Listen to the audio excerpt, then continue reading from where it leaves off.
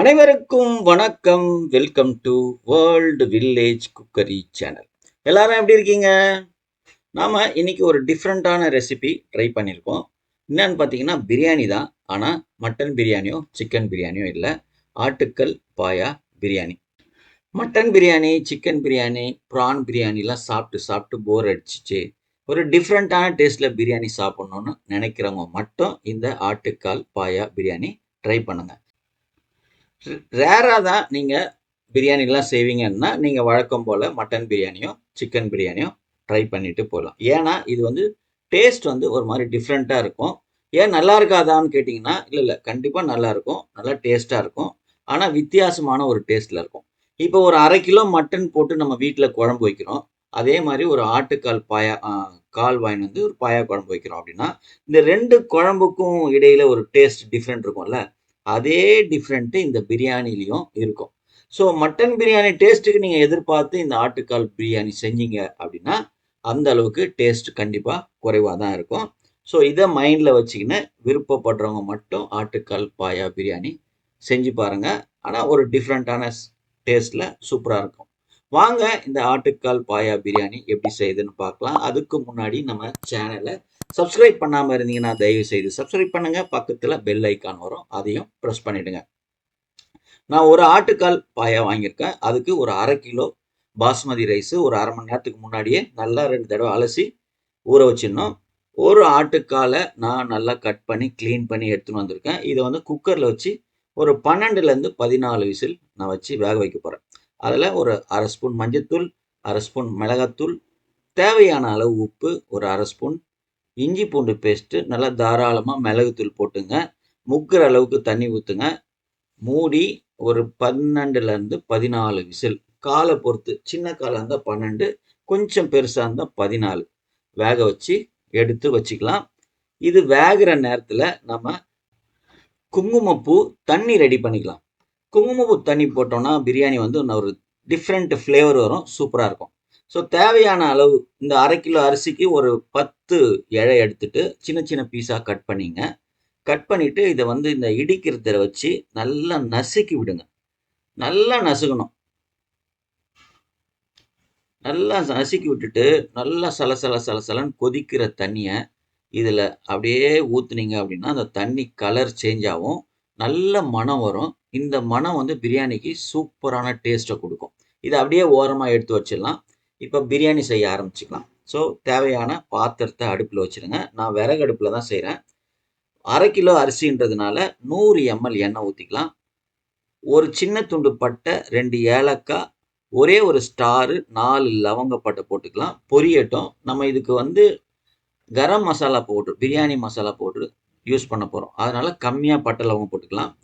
200 gram பெரிய வெங்காயம் நீட்டு வாக்கில் கட் பண்ணி வச்சுருக்கேன். அதை போட்டுட்டு கரெக்டாக ஒரு 10லேருந்து 12 நிமிஷம் நல்லா வதக்கணும். கலர் சேஞ்ச் ஆகணும், கோல்டன் ப்ரௌன் கலர் வரணும். இந்த வெங்காயம் வதங்குற நேரத்திலேயே நான் வந்து இந்த பிரியாணி செய்யறதுக்கு கொஞ்சம் ஆட்டு கொழுப்பு எடுத்து வச்சுருக்கேன். அந்த கொழுப்பை இதோட போட்டுட்டு இந்த எண்ணெயில் நல்லா வதக்கணும். இது எதுக்கு அப்படின்னா, இந்த ஆட்டுக்கால் பாயாவோட பிரியாணியில் நம்ம ஆட்டுக்கறி ஃப்ளேவர் வரணுன்றதுக்காக இந்த கொழுப்பை சேர்த்துருக்கேன். இந்த ஃப்ளேவர் வந்து ரொம்ப வித்தியாசமாக டிஃப்ரெண்ட்டாக இருக்கும். இது மாதிரி நல்லா நெத்து நெத்தாக ஆனதுக்கப்புறம் ஒரு நல்லா அந்த எண்ணெயில் அந்த கொழுப்பு வந்து அந்த கரையிற ஸ்டேஜுக்கு வரும். அப்படியே நல்ல மணமாகவும் இருக்கும். இது சாப்பிடும்போது இந்த கொழுப்பை எடுத்து வச்சுட்டு சாப்பிடலாம் தேவைப்படாதவங்க. எனக்கு இந்த கொழுப்பு பிடிக்கும், நான் சாப்பிடுவேன். வேணான்றவங்க, கொலஸ்ட்ரால் ப்ராப்ளம் இருக்கிறவங்கலாம் இதை வந்து எடுத்து வச்சுட்டு சாப்பிடலாம். இப்போ பாருங்கள், வெங்காயம் நல்லா வதங்கிச்சு, கோல்டன் ப்ரௌன் கலர் வந்துச்சு. இப்போ நான் 75 கிராம் பூண்டு, 50 கிராம் இஞ்சி பேஸ்ட்டாக அரைச்சி வச்சுருக்கோம். அதை இதோட போட்டு கரெக்டாக 2 நிமிஷம் பூண்டு இஞ்சியோட பச்சை வாசனை போகிற வரைக்கும் நல்லா வதக்கிக்குங்க. இஞ்சி பூண்டு பேஸ்ட்டு நல்லா வதங்கினதுக்கப்புறம் ஒரு 6 பச்சை மிளகா, அரை கைப்பிடி புதினா தழை, அரை கைப்பிடி கொத்தமல்லி தழை போட்டு நல்லா வதக்குங்க. இதுவும் ஒரு 2 நிமிஷம் நல்லா வதங்கணும்.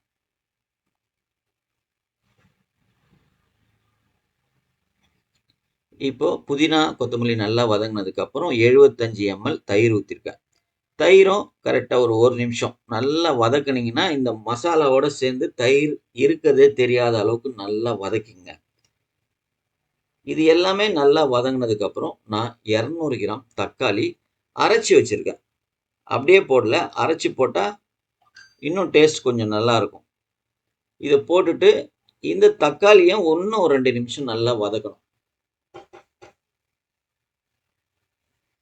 ஸோ இந்த பொருள்லாம் எண்ணெயில் நல்லா வதங்க வதங்க பிரியாணியோட டேஸ்ட் வந்து நல்லா சூப்பராக வரும்.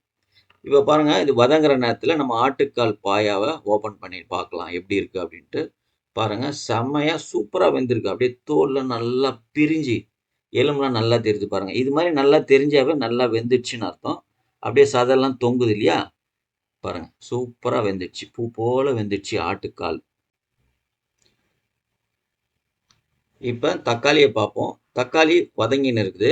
இப்போ இதில் வந்து 1 ஸ்பூன் குழம்பு மிளகாத்தூள், 1 ஸ்பூன் கரம் மசாலா பவுட்ரு போட்டு நல்லா ஒரு நிமிஷத்துக்கு நல்லா மிக்ஸ் பண்ணி விடுங்க. இந்த கரம் மசாலா பவுடர்ன்றது பிரியாணி மசாலா தான். நாம இந்த கரம் மசாலா பவுடர் எப்படி அரைக்கிறதுன்னு நான் வீடியோ போட்டிருக்கேன். லிங்க் கொடுக்குறேன் பார்த்துங்க.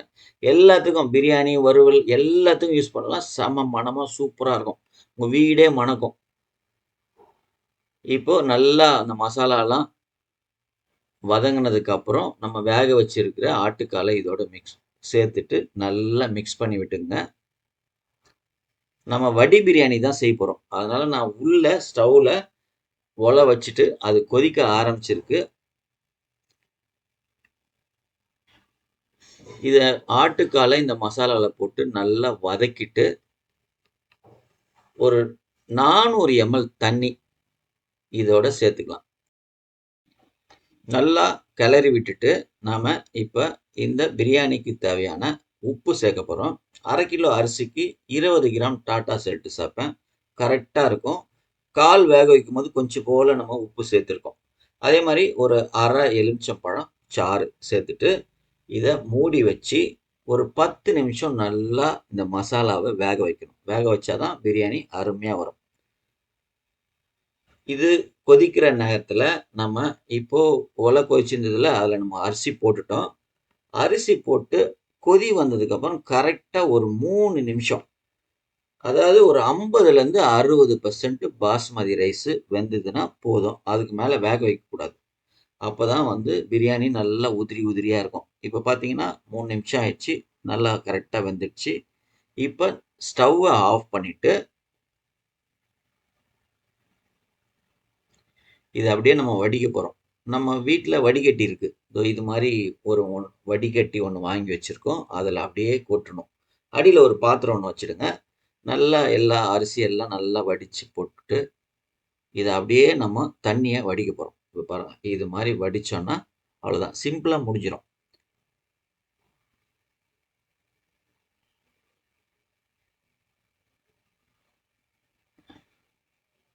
இதை அப்படியே எடுத்துன்னு வந்துட்டு இப்போ பாருங்கள் 10 நிமிஷம் ஆயிடுச்சு. நல்லா மசாலா கொதிச்சு செம மனம் சூப்பராக இருக்குது. வீடே பிரியாணி வாசம் வந்துச்சு. இதனால கொஞ்சம் கிளறிட்டு நம்ம வடித்து எடுத்துன்னு வந்த சாதத்தை இதெல்லாம் மிக்ஸ் பண்ணிட வேண்டியதுதான்.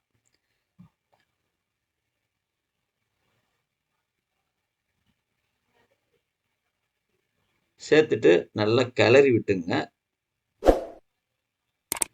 ஒரு சிலர் கிளறாம கடைசியாக கிளறுவாங்க. நான் அப்படி செய்ய மாட்டேன். எப்பவுமே நல்லா ஓரளவுக்கு மிக்ஸ் பண்ணிடுவேன். அதாவது கிளறுதுன்னா ரொம்ப போட்டு கிளறக்கூடாது. அரிசி வந்து உடஞ்சிரும். லேசாக அப்படியே கிளறி விட வேண்டியதுதான். இதுக்கு மேலே வந்து அரிசி உடையாது. நல்லா அழகாக சூப்பராக இருக்கும். சூப்பராக இருக்கும் பாருங்கள். அரிசி நல்லா நெத்து நெத்தா அருமையான அரிசி இது. இதை அப்படியே நல்லா இது மாதிரி பட்டை தட்டிட்டு நம்ம ரெடி பண்ணி வச்சுருக்கோம்ல சாஃப்ரான் வாட்டர், குங்குமப்பூ தண்ணி, இதை அப்படியே மேலே தெளிச்சிடுங்க. அப்புறம் கொஞ்சம் போல் புதினா கொத்தமல்லி தழை போட்டுங்க.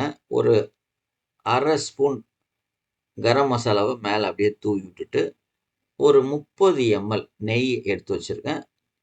இதை அப்படியே மேலே அப்படியே ஊற்றிடுங்க. ஊற்றிட்டு வாழலையை போட்டு நல்லா இது மாதிரி போட்டு விட்டுட்டு தம் போட்டிங்கன்னா மேலே அரிசி கருகாமல் இருக்கும். வாசனை சூப்பராக இருக்கும். இது மாதிரி நல்லா கரெக்டான ஒரு பிளேட் மேலே வச்சு மூடிட்டு கீழே இருக்க நெருப்பு கங்கை மட்டும் எடுத்து போட்டுட்டு ஒரு 20 நிமிஷம் நம்ம நல்லா இது மாதிரி கங்கு போட்டு விட்டு தம் போட்டு இறக்கணும்னா அருமையான பிரியாணி மணக்க மணக்க செம்மையாக ரெடி ஆகிடும். இப்போ நம்ம தம் போட்டோம், ஃபுல்லாக எல்லா நெருப்பையும் எடுத்து போட்டுட்டு கீழே வந்து நெருப்பு இருக்கக்கூடாது. இந்த அனலை கொஞ்சம் குறைக்கிறதுக்கு கொஞ்சம் தண்ணி ஊற்றி விட்டுருங்க. லேசாக ஊற்றி விடணும், ரொம்பவும் ஊற்ற தேவையில்ல. ஏன்னா லேசாக அனல் இருக்கணும். ரொம்ப இருந்ததுன்னா என்ன ஆகும்னா கீழே அடி பிடிக்கும். அவ்வளோதான், 20 நிமிஷம் ஆயிடுச்சு. இதை அப்படியே தட்டை மெதுவாக பார்த்து பதமாக இறக்கிட்டு